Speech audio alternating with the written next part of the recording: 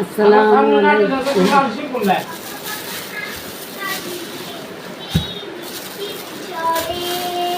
ও আগে আইছে লোক তারপর খালি কি হয়ে আসে মামলা কোন কার নামে হ্যাঁ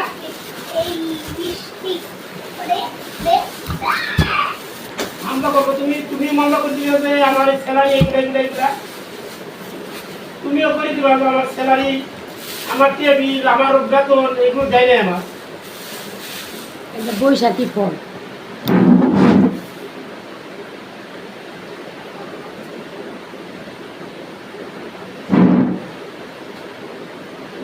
কি কয় কইতে এসা কি কয়?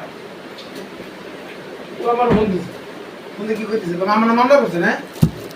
মামলা করছে?